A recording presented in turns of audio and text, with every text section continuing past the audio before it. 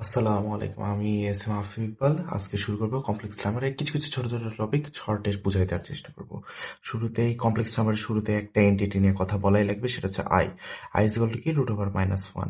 I যদি √-1 হয় তাহলে আই স্কোয়ার কি? আই স্কোয়ার কিছুই না, এই স্কোয়ার স্কোয়ার করলে -1ই আসবে। আই কিউব কি? আই কিউব হচ্ছে আই স্কোয়ার ইন্টু আই, ঠিক না? I square is equal -1, I is equal to I, কোনো সেন্স নাই। I⁴ কত? -1 এর উপর স্কোয়ার, এটা মানে কত? 1। এই যে এই চারটা যদি জানি, এখন আমাকে যদি I5 বের করতে দিতে হয় আমি তাও বের করতে পারবো। সেটা দিন শেষে I⁴ ইন্টু আই আসবে, ওটা থেকে আমরা বলতে পারবো আই হবে। কিন্তু এত কষ্ট করে জিনিসটা করার কোনো মানে হয় না, তাই আমরা চেষ্টা করবো এটাকে অন্যভাবে রিপ্রেজেন্ট করার। এখানে যদি লক্ষ্য করি, I⁵ আর আই কিন্তু সেম আসছে। আমি যদি একইভাবে I⁶ বের করতাম তাহলে আমি গ্যারান্টিডলি বলতে পারি I⁴ ইন্টু আই স্কোয়ার, দিন শেষে আই স্কোয়ার হতো, যার মান হতো -1, যেটা একেবারে এটার সাথে একেবারে মিলে যাচ্ছে। এখানে যদি লক্ষ্য করো, প্রত্যেক 4 ঘর পর পর একই জিনিস রিপিট হচ্ছে, তাই আমরা সরাসরি কোনো কথা না বাড়িয়ে একেবারে লিখে দিতে পারি I⁴n। এরকম যদি থাকে সেটা আই এর একেবারে এই যে এটার মতো হবে। আমি করে নিই, সেটা হয়ে যাবে 1।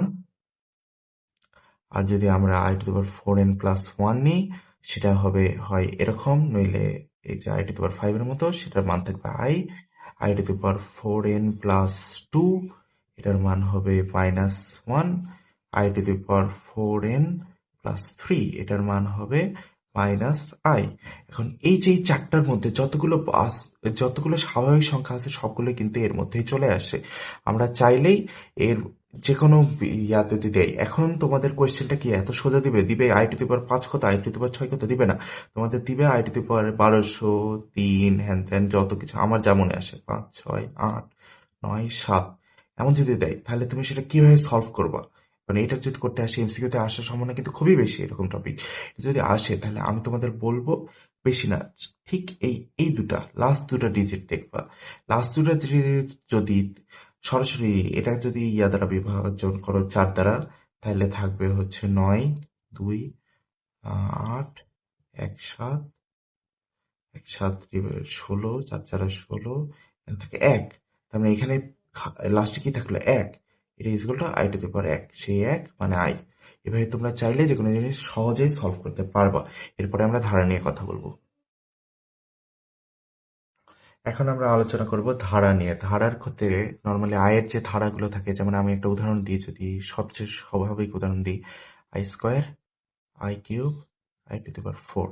এর মধ্যে আমরা কিছুক্ষণ আগে মানগুলো শিখে আসছি। আয়ের মান তো I² এর মান হচ্ছে -1, I³ এর মান হচ্ছে -i, আর I⁴ এর মান হচ্ছে 1।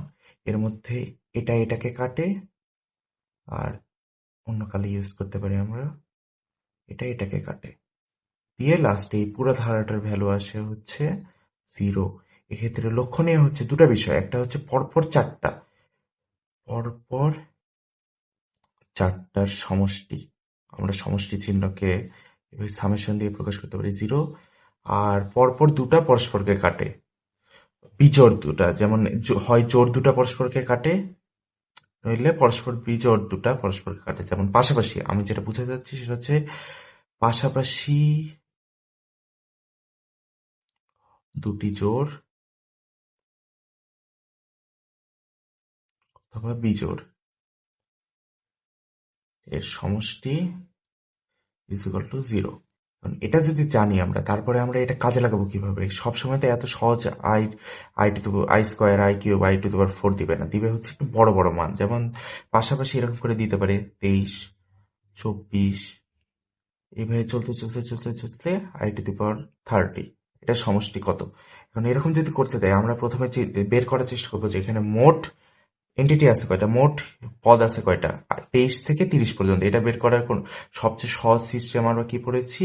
শেষ পদ হুইচ ইজ 30 মাইনাস প্রথম পদ ডিভাইডেড বাই এখানে ভাগ সংখ্যা, মানে দুটার মধ্যবর্তী অন্তর যেটা 1 প্লাস 1। এখান থেকে নর্মালি দেখেও বোঝা যায় এখানে মোট 8টা এন্টিটি আছে, 8টা পদ আছে। তাই যদি হয় তাহলে এখন আমরা দেখবো যে পরপর, আমরা আগেও বলেছি পরপর 4টা পদের যোগফল 0 হয়, তাহলে এখানে আছে 8টা পদ, তাহলে মোট 2টা 0 আছে এখানে। দুটা জিরোর যোগফল কত? দিন শেষে তো জিরোই। এবং তাই যদি না থেকে এখানে কি থাকতো? একটা আই টু দি পাওয়ার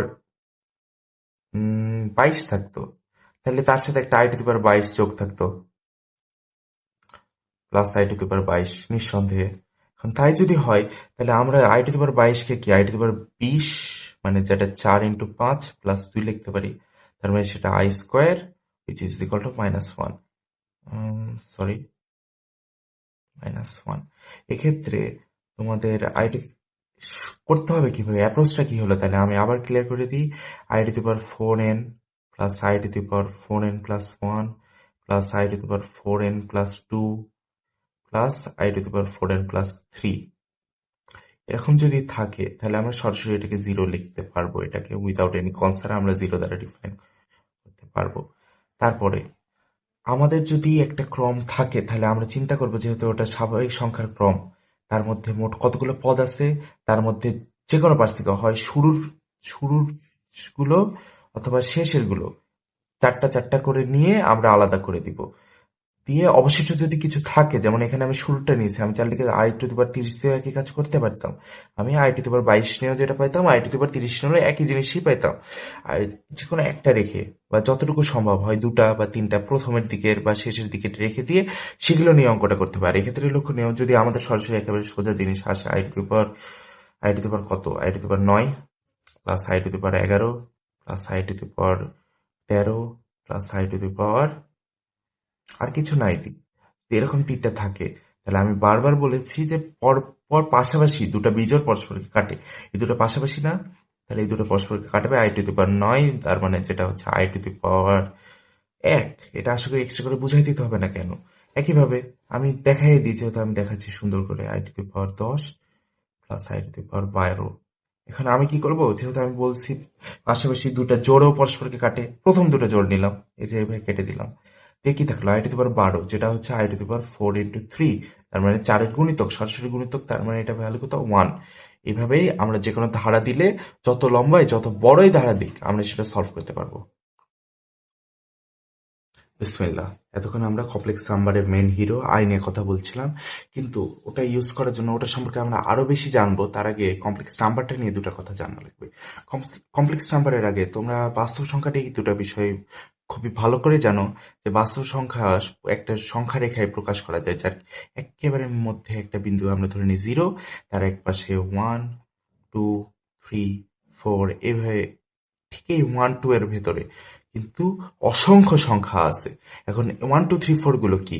এগুলো হচ্ছে ন্যাচারাল নাম্বার, যাকে আমরা এন দ্বারা প্রকাশ করি। এবং তোমরা অনেকে এরকম ভাবে একটু করে গাঢ় করে দিতে দেখো, ওটাকে একটা সেট হিসেবে প্রকাশ করানোর জন্য। এখন খালি কি 1 2 3 4 আছে? না, মানে খালি এগুলো তো ধনাত্মক পূর্ণ সংখ্যা, ঋণাত্মক পূর্ণ সংখ্যা আছে, -1 -2 -3 -4, এগুলো তো আছে, এগুলো তো ইউজ করি। এগুলো কি? এই সবগুলো একসাথে হয় পূর্ণ সংখ্যা, যাকে আমরা বলি ইন্টিজার। ইন্টিজার গুলোর সেটকে কি দ্বারা প্রকাশ করা হয়? জেড দ্বারা। যে তোমরা অনেকে এরকম জেড দ্বারা প্রকাশ করো। তারপরে খালি এই পূর্ণ সংখ্যাগুলোই আছে তা তো না, 1.5ও একটা সংখ্যা, 1.25 একটা সংখ্যা, তার থেকেও ছোট ছোট সংখ্যা পরিবর্তন করলে একটা নতুন সংখ্যা পাওয়া যায়, যেগুলো আমরা মান সহ বসাতে পারি। যেমন এগুলো হচ্ছে দুটো পি বাই কিউ আকারে প্রকাশ করা যায়, যেখানে পি বাই কিউ হচ্ছে ইন্টিজার সংখ্যা। এগুলোকে আমরা কি বলি? মূলদ সংখ্যা। মূলদ সংখ্যাকে কি দ্বারা প্রকাশ করে? কোন সেট দ্বারা? সেটাকে বলে কিউ দ্বারা। এগুলো সবই বাস্তব সংখ্যার অংশ। এখন বাস্তব সংখ্যা কি খালি এই মূলদ সংখ্যার মধ্যে সীমিত? তা তো না। বাস্তব সংখ্যা পাইও একটা বাস্তব সংখ্যা, কিন্তু পায়ের ভ্যালু কি তোমরা বলতে পারবা? এক্সাক্ট ভ্যালু আশা করি কেউ বলতে পারবো না, বললে আমি নিজেই অবাক হয়ে যাব। তারপরে পায়ের কথা বলো, এর কথা বলো, এগুলো সব ভ্যালু আছে, এগুলো আমরা জানিও, এগুলো ইউজও করি আমরা, বাট এগুলোর এক্সাক্ট একটা মূলদ ভ্যালু আমরা পাই না, এগুলো অমূলদ সংখ্যা। কিন্তু এগুলো দিন শেষে সংখ্যার অংশ, এগুলো সবই বাস্তব সংখ্যার অংশ। এই যে বাস্তব সংখ্যা দিয়ে আমাদের যত পুরা সেটটা ক্লিয়ার হলো, এটা হচ্ছে বাস্তব সংখ্যার সেট। বাট এখানে বাস্তব সংখ্যাটা আমরা ভিন্নভাবে চেক করা শিখবো। যেমন দেখো, 2 একটা সংখ্যা, একে যদি আমি 3 দ্বারা দুইকে যদি আমি 1 দ্বারা গুণ দিই তাহলে এই পাশেই থাকে 2। কিন্তু 2কে যদি আমি -1 দ্বারা গুণ দিই তাহলে কি হয় জানো? একেবারে ঘুরে 180 ডিগ্রি চেঞ্জ হয়ে যায়। কিন্তু আবার যদি আমি -1 দ্বারা গুণ দিই তাহলে আবার ফেরত আসে। এগুলো আমরা কোনোভাবে বোঝানো লাগে না, তোমরা সবাই জানো 2 × -1 is equal to -2, -2 × -1 is equal to two আবার ফেরত আসছে, কিন্তু আয়ের কাজ কোথায়? আয় এখানে কি করে? নর্মালি আমি -1 বা মাইনাস কোন একটা কিছু দ্বারা বললাম যে 180 ডিগ্রি ঘুরে যায়, বাট যদি তার জায়গায় যদি আমি আই ইউজ করতাম, যেমন একটা সংখ্যা ধরো আমি ধরলাম এটা 5, যদি তার জায়গায় যদি আই ইউজ করি, 5কে আই দ্বারা গুণ দিই, এটা একটা অবাস্তব সংখ্যা, তাই যদি দিই তাহলে থেকে 5i, তাহলে কি এটা একটা পুরাটা অবাস্তব হয়ে গেল না, কাল্পনিক একটা কিছু হলো না? সেটাকে আমরা কোথায় জায়গা দেবো? সংখ্যাটাকে কি জায়গা দেওয়ার সুযোগ আছে? নাই। তো ওটার জন্য কি করা হয়, আমরা একটা এরকম বক্রতার গ্রাফ প্লট করি, যার মধ্যে এই বরাবর থেকে বাস্তব সংখ্যা, এ বরাবর থেকে অবাস্তব, অবাস্তব ঠিক না, কাল্পনিক সংখ্যা, কাল্পনিক। এক্ষেত্রে যদি আমরা আই দ্বারা গুণ দিই, তাহলে এটা কি হয়, 90 ডিগ্রি ঘুরে যায়, 90 ডিগ্রি ঘুরে যায়, দিয়ে এখানে থাকে 5i। এখন আমি যেটা বলতে চাচ্ছি সেটা খুবই ভালো মতো বোঝার কথা, যে তাহলে আয়ের কাজ কি? আয়ের কাজ হচ্ছে যে কোনো এন্টিটি, যে কোনো সংখ্যাকে কোন দিকে ঘোরাইছে, এদিক ঘোরালে হচ্ছে ক্লকওয়াইজ, আর তার বিপরীত দিকে ঘোরালে, সরি, এদিক ঘোরালে হয় অ্যান্টি ক্লকওয়াইজ, আর তার বিপরীত দিকে ঘোরালে হয় ক্লকওয়াইজ, ক্লকওয়াইজ।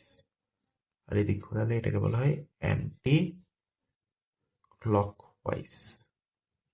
তাহলে আই কি? এটাই তোমাদের আজকের মেন বিষয়। আয়ের মেন কাজ কি? যে কোনো সংখ্যাকে ধরে ওই অ্যান্টি ক্লকওয়াইজ, কোন কোন দিকে, অ্যান্টি ক্লকওয়াইজ 90 ডিগ্রি ঘুরিয়ে দেয়।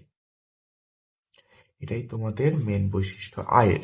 আয় যদি এরকম করে বসাতে, আমরা এরপরে কমপ্লেক্স নাম্বার, এই কাল্পনিক সংখ্যা এবং বাস্তব সংখ্যাকে একসাথে প্রয়োগ দেখব। হ্যাঁ, এতক্ষণ আমরা আয়ের একটা সুন্দর বৈশিষ্ট্য নিয়ে কথা বলছিলাম, এটা আমরা অনেক সময় সংজ্ঞাতে ইউজ করি। আমি সংজ্ঞাতে যাচ্ছি না, আমি আয়ের ব্যবহারটা আরো একটু ভালো করে দেখানোর চেষ্টা করি। 5, এটাকে আমরা আয় দ্বারা গুণ করে কি পেয়েছিলাম, 90 ডিগ্রি অ্যান্টি ক্লকওয়াইজ ঘুরে গিয়ে হয়ে গেছিল 5i।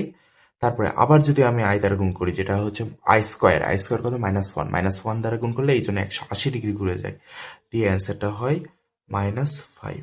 এরপরে আবার যদি আমি 90 দ্বারা, মানে শুধু আই দ্বারা গুণ দিই, তাহলে সেটা হবে -5i। এভাবে করে আমরা সুন্দর করে এই চিত্র দিয়ে, আর্গন ডায়াগ্রাম দিয়ে সুন্দরভাবে জিনিসটা দেখাতে পারি। এক্ষেত্রে এক্স অক্ষ, যেটা আমরা নর্মালি এক্স অক্ষের সাথে তুলনা করতাম, সেটাকে বলা হয় রিয়েল অ্যাক্সিস, আর যেটা হচ্ছে ওয়াই অক্ষ, সেটা হচ্ছে ইমাজিনারি অ্যাক্সিস, আর এই পুরো ফিগারটাকে বলা হয় আর্গন ডায়াগ্রাম। এখন এই ক্ষেত্রে আর্গন ডায়াগ্রামে কি খালি এই দুই অক্ষ বরাবরই জিনিস থাকতে পারে? নর্মাল কি স্থানাঙ্ক ব্যবস্থায় শুধু দুই অক্ষর বরাবরই জিনিস থাকে? তা তো না, আমরা চাইলে এখানে বড় বড় একটা জিনিস থাকতে পারে, আবার মনে করো এখানে একটা বিন্দু থাকতে পারে, সেটাকেও একটা রিপ্রেজেন্ট করা যায় একটা কমপ্লেক্স নাম্বার দিয়ে। এরকম কমপ্লেক্স নাম্বার ইউজ করার জন্য খালি সরাসরি একটা বাস্তব সংখ্যা বা একটা ইমাজিনারি নাম্বার, দুটা একটা স্পেসিফিক ভ্যালু দিয়ে প্রকাশ করা সম্ভব না। এর জন্য আমাদের লাগে দুটো সংমিশ্রণ। যেমন আমি যদি এরকম একটা সংখ্যা লিখি, সেটা হচ্ছে 5 + 5i।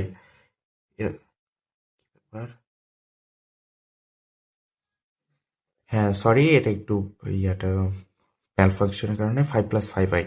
এখানে 5 এটা হচ্ছে বাস্তব অংশ, রিয়াল, আর এই 5i এটা হচ্ছে ইমাজিনারি পার্ট, ইমাজিনারি। তাহলে এখানে এটাকে কিভাবে রিপ্রেজেন্ট করবো, এই যে এই দিক বরাবর এক্স অক্ষ বা বাস্তব অক্ষ রিয়েল অ্যাক্সিস বরাবর 5 ঘর গেলাম, তারপরে আমরা ওয়াই অক্ষ বরাবর বা ইমাজিনারি অ্যাক্সিস বরাবর আবার 5i যাচ্ছি। এই দুটো মিলে এই যে এই বিন্দুটা রিপ্রেজেন্ট করে 5 + 5i, একটা কমপ্লেক্স নাম্বার। এটা কিন্তু একটা পিওর কমপ্লেক্স নাম্বার, এখানে যেমন পিওর না, এটা একটা মিশ্র কমপ্লেক্স নাম্বার, এর মধ্যে যেমন রিয়াল পার্ট আছে তেমন একটা ইমাজিনারি পার্ট আছে। তাহলে আমরা এখান থেকে কি পাবো, যদি একটা বাস্তব সংখ্যা, জটিল সংখ্যা হয় যার মধ্যে a + ib থাকে, তাহলে এটা a হচ্ছে রিয়াল পার্ট আর ib হচ্ছে ইমাজিনারি পার্ট। এখানে বি মেনলি ইমাজিনারি অ্যাক্সিস বরাবর এর কতটুকু গমন হয়েছে, কতটুকু সরণ হয়েছে সেটা রিপ্রেজেন্ট করে। তাহলে আমি যদি লিখি রিয়াল অফ জেড, জেড একটা কমপ্লেক্স নাম্বার, অবভিয়াসলি এটা একটা কমপ্লেক্স নাম্বার যার রিয়াল পার্ট হচ্ছে এ আর ইমাজিনারি পার্ট হচ্ছে বি। ঠিক আছে, এখন এটাকে আমরা এইভাবে রিপ্রেজেন্ট করতে পারি। এখন কিছু কথা না বললেই নয়, তোমাদের যে আমি সুন্দর করে এত সুন্দর কমপ্লেক্স নাম্বার দেখালাম, এখন এর মধ্যে কি রিয়েল নাম্বারগুলো পড়ে? না, অবশ্যই পড়ে। যদি ইমাজিনারি নাম্বারগুলো, ইমাজিনারি পার্টটা এটা যদি জিরো হয়ে যায় তাহলে খালি রিয়েল পার্টটাই অবশিষ্ট থাকে। এটা যদি জিরো হয়ে যায় তাহলে জেড ইজ ইকুয়াল টু এ, যেটা একটা বাস্তব সংখ্যা রিপ্রেজেন্ট করে। এখান থেকে বোঝা যায় কি, যে সকল বাস্তব সংখ্যাই কমপ্লেক্স নাম্বারের অন্তর্ভুক্ত। এখন তা যদি হয় তাহলে আমরা সরাসরি লিখতে পারি যে আগে যেটুকু পড়ে আসছিলাম, আমরা একটা সুন্দর একটা সেটের ক্রম পড়ে আসছিলাম, সেই ক্রমটা আমরা সুন্দর করে লিখি আবার। ন্যাচারাল নাম্বার, তারপরে জেড হচ্ছে ইন্টিজার্স, তারপরে হচ্ছে মূল সংখ্যা, তারপরে হচ্ছে রিয়েল নাম্বার। এগুলো একটু এভাবে করে দেওয়াটা উচিত। তারপরে এই রিয়েল নাম্বারটা কি, দিন শেষে বাস্তব কমপ্লেক্স নাম্বারের একটা সাবসেট না?